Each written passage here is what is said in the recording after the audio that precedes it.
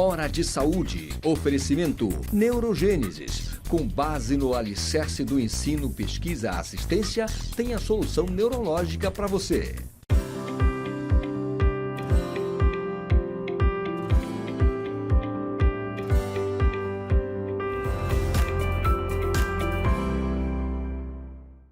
Caros amigos, mais uma vez no nosso programa dominical de saúde, Hora de Saúde. Hora de Saúde é transmitido para todo o estado do Pará pela TV RBA, aqui em Belém, Canal 13, todo mundo sabe, e neste exato momento para o mundo inteiro pelo link da internet, rbatv.dol.com.br ou simplesmente dol.com.br. Dol é D-O-L, de Diário Online. Esse nosso programa tem o apoio da Neurogênesis. A Neurogênesis é a clínica de neurologia e neurocirurgia que trata todas as doenças neurológicas, tanto clínicas quanto cirúrgicas, e hoje com tratamento percutâneo por dentro, pelos catéteres, por cateterismo, as doenças cerebrais. Tá? E eu gosto de falar todo final de semana. Esse nosso programa é assistido no mundo inteiro, do Canadá até a Noruega, da Suécia até a Patagônia, no Líbano, em Perth, na Austrália, e hoje nós temos uma audiência em Bali, na Indonésia, né? Muito longe. Quando termina os programas, chegam os WhatsApps comentando.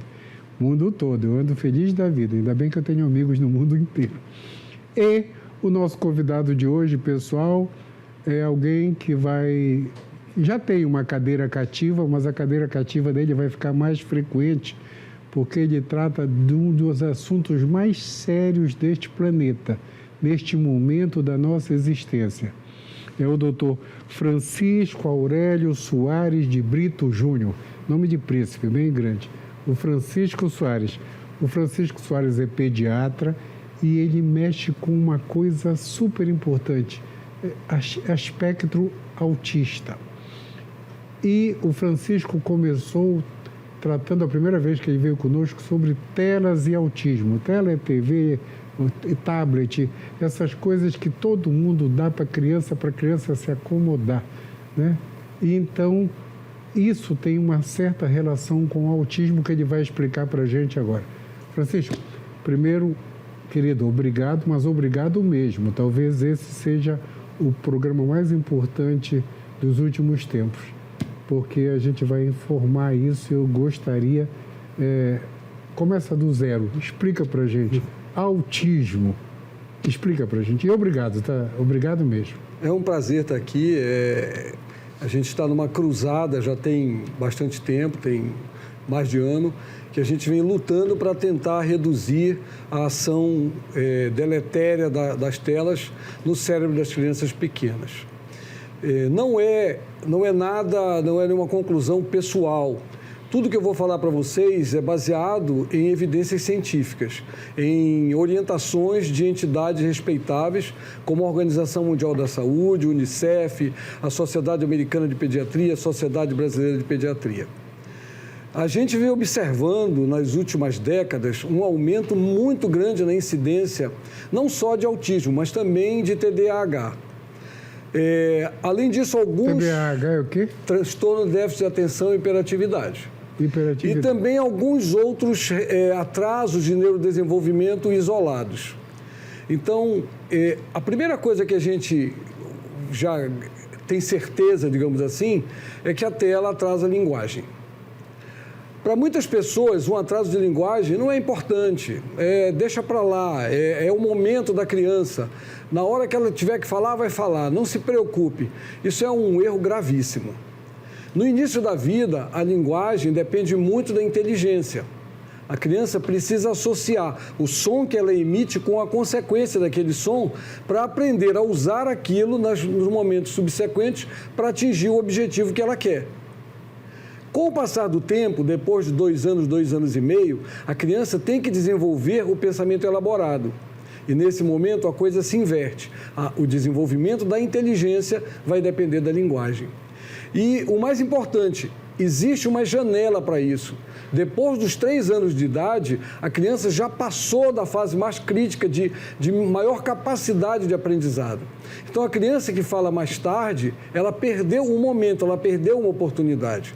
Então, atraso de linguagem tem que ser corrigido, tem que ser procurado causa, descoberto a razão o mais cedo possível. E já existe uma razão muito evidente para isso, e talvez a mais frequente hoje, que é o uso de telas para criança pequena. Em 1970, mais ou menos, a incidência de autismo era 1 para cada 500 crianças. Então era difícil até fazer um trabalho, até descobrir qual é a melhor terapia. Era difícil, porque eram casos muito pontuais, muito raros. No ano de 2021, 41 em cada 44 crianças americanas foi diagnosticada como transtorno do espectro do autismo. E a expectativa para esse ano é que isso vá para 1 para 25, ou seja, 20 vezes mais do que acontecia na época que eu me formei, na década de 70. E o que aconteceu nesse período, o que levou nesse período a esse aumento tão grande, tão exagerado? Então, muita coisa foi aventada. Então, se falou de vacina, e isso foi um problema sério com a vacina, particularmente do sarampo, que atribuíram. Então, hoje a gente está tendo que vacinar a criança com dose 0 antes da hora, por causa da volta do sarampo. Houve a suspeita do glúten, e quando se pensou em glúten, as crianças melhoraram, dormiam melhor, se comportavam melhor, e começou a achar que o glúten era a causa. Na verdade, a melhora acontecia somente nas crianças que tinham alergia ao glúten, as crianças com TEA que tinham alergia ao glúten. E elas melhoravam da sintomatologia da alergia ao glúten, não da sintomatologia do autismo. O ácido fólico também, que apareceu como um fator protetor. Depois se descobriu que os países que usaram uma suplementação de ácido fólico no alimento, com mais a suplementação dada na gestação para evitar defeitos de tubo neural e o próprio autismo, houve um aumento exagerado do ácido fólico, e aquelas pacientes que tinham nível elevado de ácido fólico, os filhos tinham maior tendência para apresentar TEA. No entanto, nenhum deles conseguiu explicar o aumento tão grande. Então, pensaram numa falha diagnóstica, quer dizer, antigamente não se dava o diagnóstico. Hoje, os pediatras estão mais alertas para dar o diagnóstico. Então, se isso tivesse acontecido, hoje nós teríamos 4 vezes mais autistas adultos do que a gente encontra. Então, na verdade, não se encontrou nenhuma correlação, tipo de parto, fumo na gestação, sofrimento fetal, inseminação artificial, bebê de proveta, nada provou uma relação significativa que justificasse o que aconteceu. Então, eu comecei a observar que as crianças com autismo, elas se ligavam muito em tela. Ora, um dos maiores problemas do TEA é você não conseguir chegar na criança. E a minha ideia inicial foi, posso chegar através da tela. Se eu consigo que a criança olhe para a tela, eu vou pela tela e vou transmitir o que eu quero para ela pela tela. E comecei a procurar informações nessa direção. E, para minha surpresa, não encontrei nada positivo, muito pelo contrário. Tudo que eu encontrei falava que não era bom. A tela, de alguma forma, agredia o cérebro das crianças e dificultava a evolução de linguagem, de comunicação social, de concentração, de autocontrole e de aprendizado. Isso comprovado por dados cientificamente aceitos. Tanto que essa é a razão pelos quais aquelas entidades respeitadas mundialmente, que eu já falei para vocês, recomendam tela 0 até os 2 anos de idade. Então, eu passei a inverter a coisa. Em vez de usar a tela, eu passei a recomendar aos meus pacientes que não usassem tela. E, a partir desse momento, nenhum dos pacientes que eu recomendei que não usasse tela, que não usou tela, nenhum deles evoluiu com atraso de neurodesenvolvimento, nenhum desses 5 sintomas. Bom, e a gente pode dizer que a tela, então, pode ser causa de autismo? Não, infelizmente, até hoje, ninguém aceitou isso como uma coisa definitiva. O que a gente aceita é que a tela impede o atraso de linguagem, a dificuldade de relacionamento social, a dificuldade de concentração, a dificuldade de autocontrole e a dificuldade de aprendizado, que são todos sintomas importantes no TEA.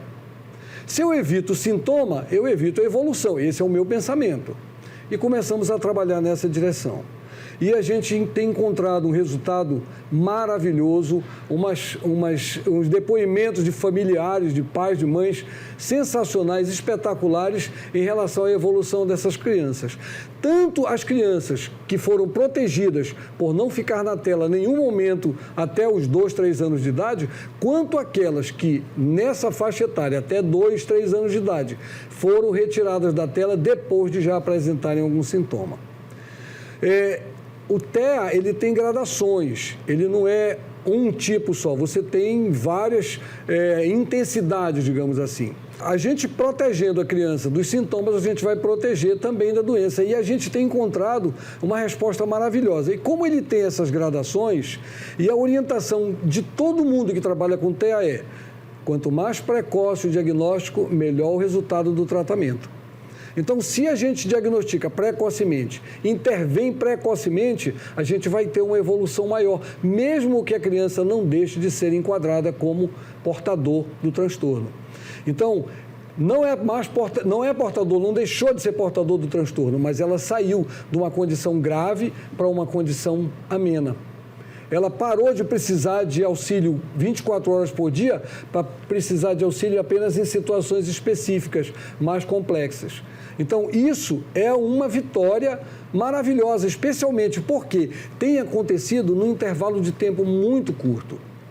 Os problemas de linguagem, de fala e linguagem de criança pequena têm melhorado barbaramente. É importante a gente fazer um parênteses para fazer um diferencial entre o problema de fala e o problema de linguagem. Muitas crianças têm linguagem, se comunicam, compreendem, mas não falam. A maioria das vezes é falta de estímulo. Eu recomendo aos pais que simplesmente não entendam quando ela está se comunicando. Então, ela quer água. Você dá tudo que está em cima da mesa, menos a água. Por fim, você dá água. Ela já está irritada porque ela quer a água e você está dando tudo menos a água. Ah, era a água que você queria? Então, está aqui. Por que você não falou água? Isso é uma das coisas. Então, a criança vai entender que se ela falar, ela ganha mais rapidamente as coisas. Outra coisa interessante, toda vez que ela falar alguma coisa que tenha lógica, que seja com intenção de comunicação, tem que haver festa. Tem que mostrar para ela que aquilo é bom, que aquilo é gostoso, que você gostou que ela tivesse feito aquilo. Com isso, você estimula a fala, se ela tiver linguagem. Algumas crianças não têm linguagem, elas não conseguem falar, elas não conseguem entender, elas não conseguem se comunicar. Esses casos são bem mais sérios, porque a criança com linguagem, ela consegue evoluir, mesmo sem a fala ou sem a fala evoluída, ela consegue evoluir sob o ponto de vista intelectual. A criança sem linguagem tem muita dificuldade, porque ela não forma, ela não consegue evoluir com o pensamento elaborado. Então, a fala e a linguagem são problemas diferentes, sendo que o problema de linguagem é sempre mais sério que o problema de fala. Toda criança que você detectar problema de fala ou de linguagem tem que ser levada o mais rapidamente possível para avaliação com o fonoaudiólogo. Perfeito. Por incrível que pareça, o nosso primeiro tempo acabou. É muita informação. Pessoal, a gente volta já já.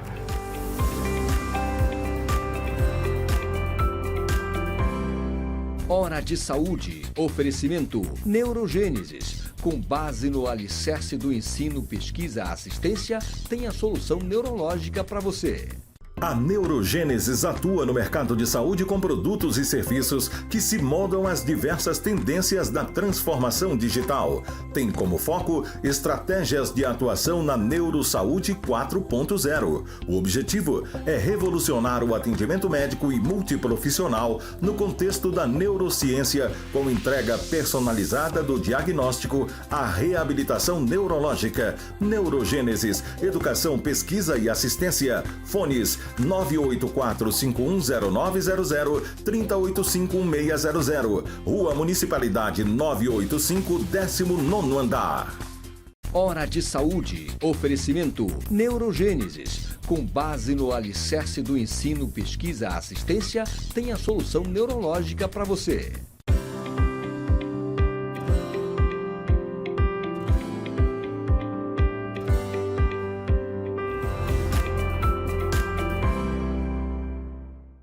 Voltamos nessa conversa de super informação sobre tela. Preste atenção no que o Francisco está informando para a gente.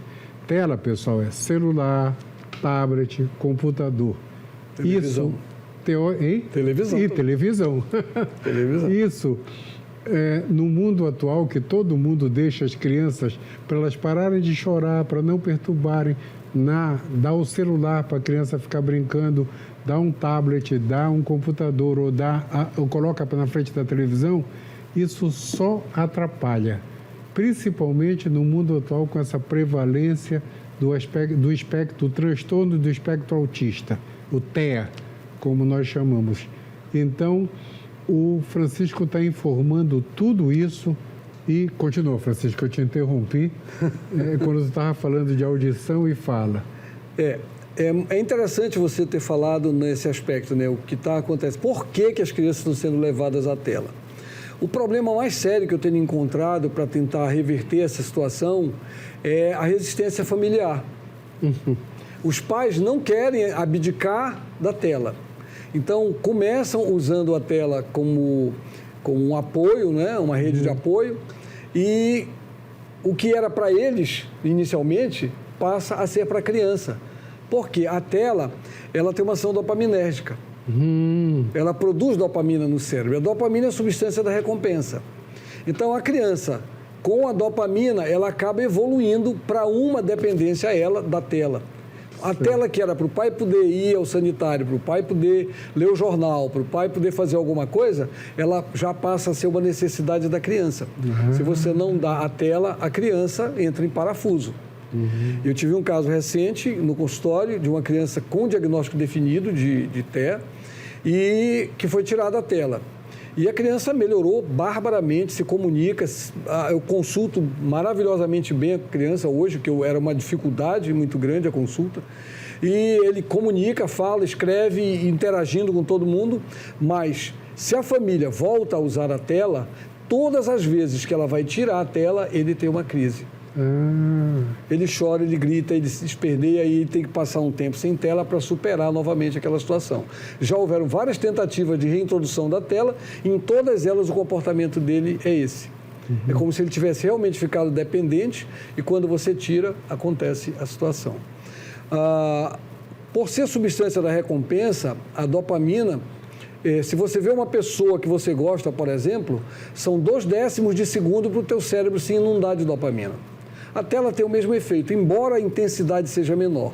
Então, quando a criança, e é importante a gente enfatizar isso, quando a criança tem uma genética favorável, quando ela tem uma facilidade maior de ser influenciada pela tela, a tela pode ser um desastre tão grande que vai produzir tanto sintoma de TEA que a criança vai acabar sendo enquadrada em TEA. O que se sabe hoje do TEA é que existe um componente genético que chega até, às vezes, 70% de probabilidade daquela criança desenvolver autismo. Mas, mesmo assim, não é considerada uma doença genética, porque depende de uma influência ambiental. Essa influência ambiental que se discute muito e que hoje eu estou atribuindo como uma das causas mais importantes, se não a única, o uso precoce de telas. A dopamina age no córtex pré-frontal, que é uma estrutura responsável por linguagem, por concentração, por raciocínio, por tomada de decisão e uma porção de funções cerebrais que vão, se comprometidas, acabar levando à sintomatologia que caracteriza não só o TEA, mas também o TDAH. O TDAH, ele não é tão enfatizado, porque... Transtorno déficit de atenção e hiperatividade. Porque ele tem uma condução mais fácil do que do TEA. Inclusive, permite medicação. E o TEA não tem nenhum medicamento que você possa utilizar que vai melhorar a evolução da criança com TEA.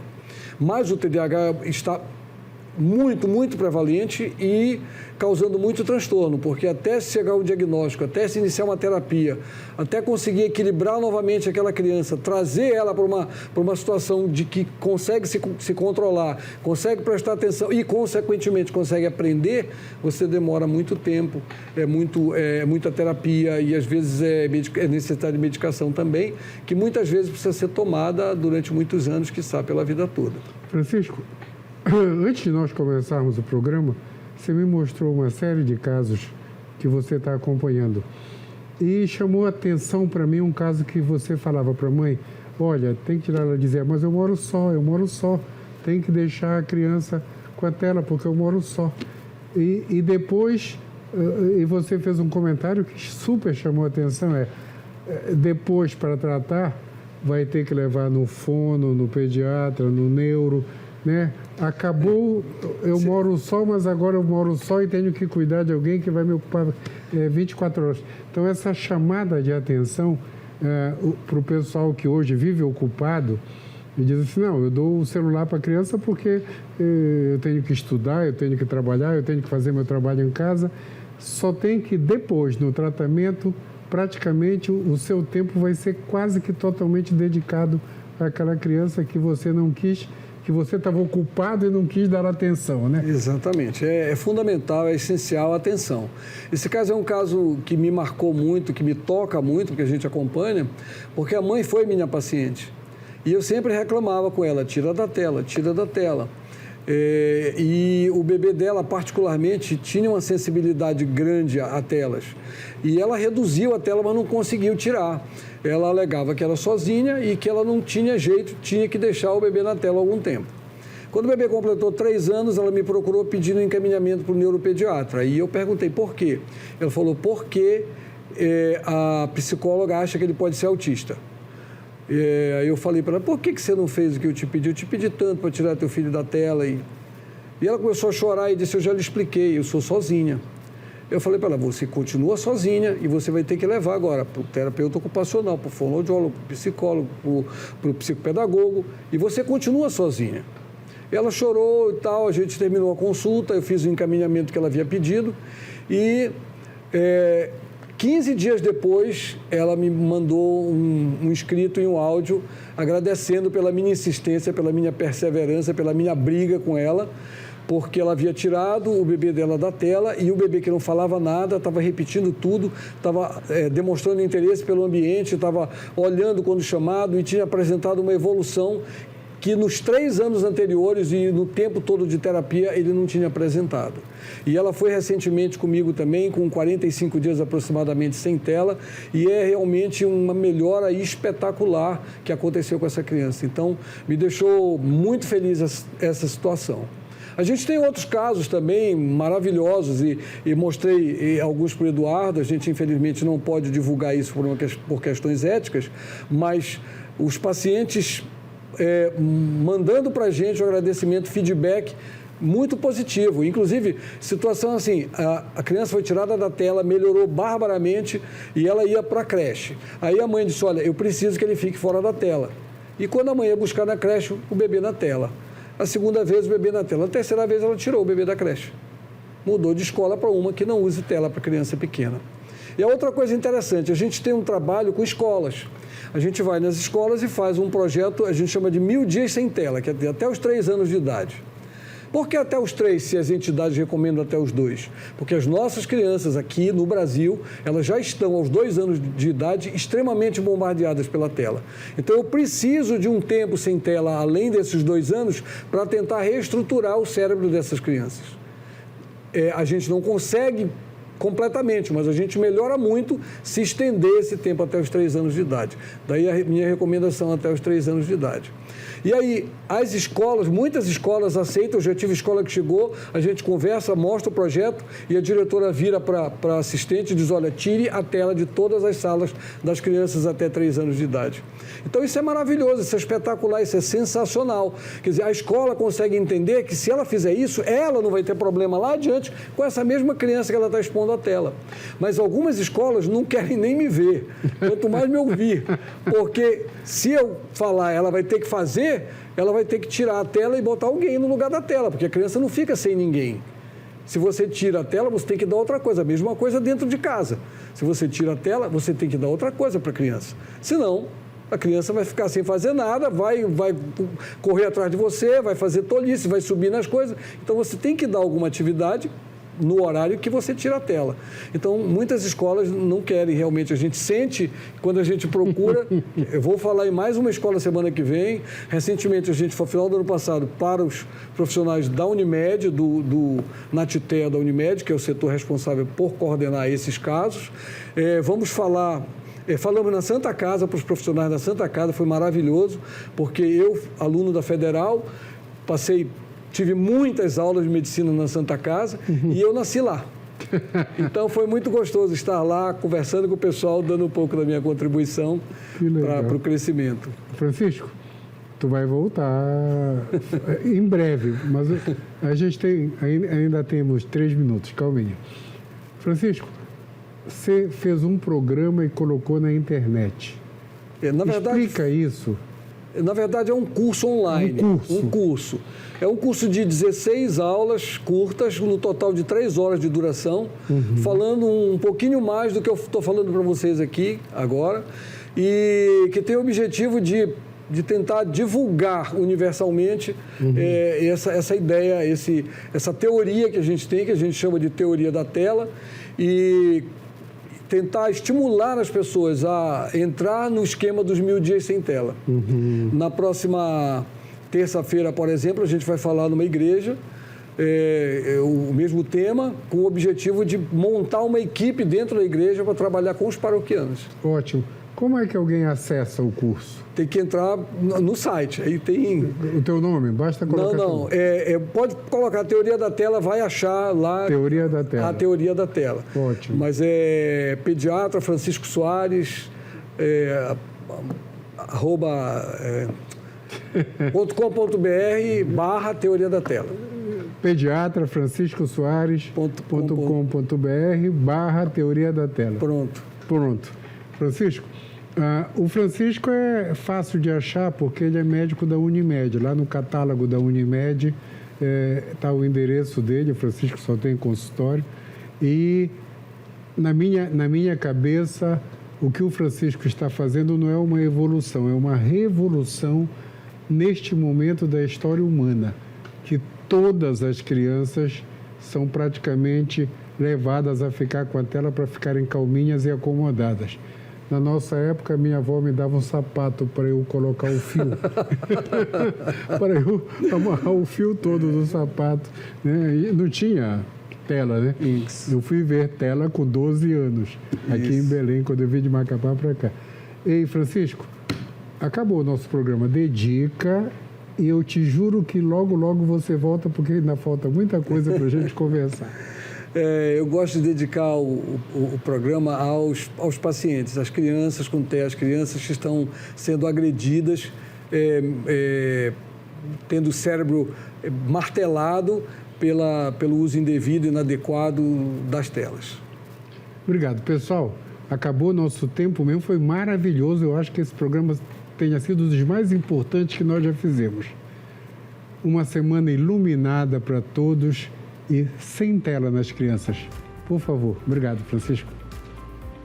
Obrigado mesmo.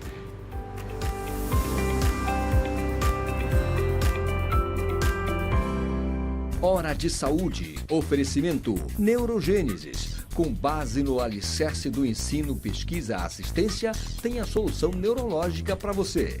A Neurogênesis atua no mercado de saúde com produtos e serviços que se moldam às diversas tendências da transformação digital. Tem como foco estratégias de atuação na Neurosaúde 4.0. O objetivo é revolucionar o atendimento médico e multiprofissional no contexto da neurociência, com entrega personalizada do diagnóstico à reabilitação neurológica. Neurogênesis, educação, pesquisa e assistência. Fones 984-510900, 3085-1600. Rua Municipalidade 985, 19º andar.